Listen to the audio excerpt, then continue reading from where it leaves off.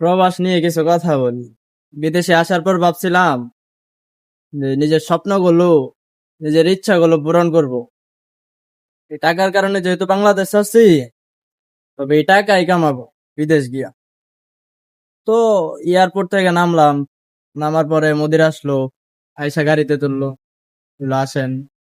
গেলাম মুদিরের সাথে, গিয়া রুমে নিল।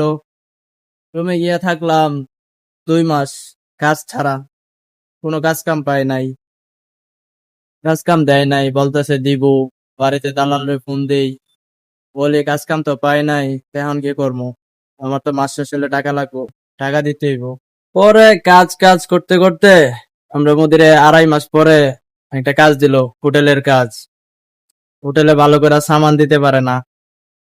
হোটেলে মনে করেন যে হোটেলে যে একটা বিল আসে, এই বিলের জন্য লোক আসা দাঁড়ায় থাকে। একটা হোটেল চালাইতে গেলে বাজার সদাই লাগে, তো এডি আনছে, এডি লেগে লোক আসে, আইসা বৈশা থাকে, টাকা দিতে পারে না।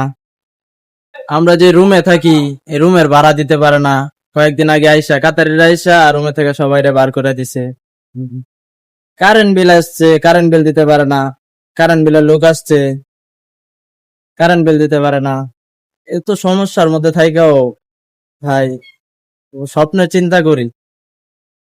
তো দিন শেষে একটা কথাই ভাবি যে আকামা তো এখনো পাইলাম না, আকামাও পাইলাম না, বেতনও পাইলাম না।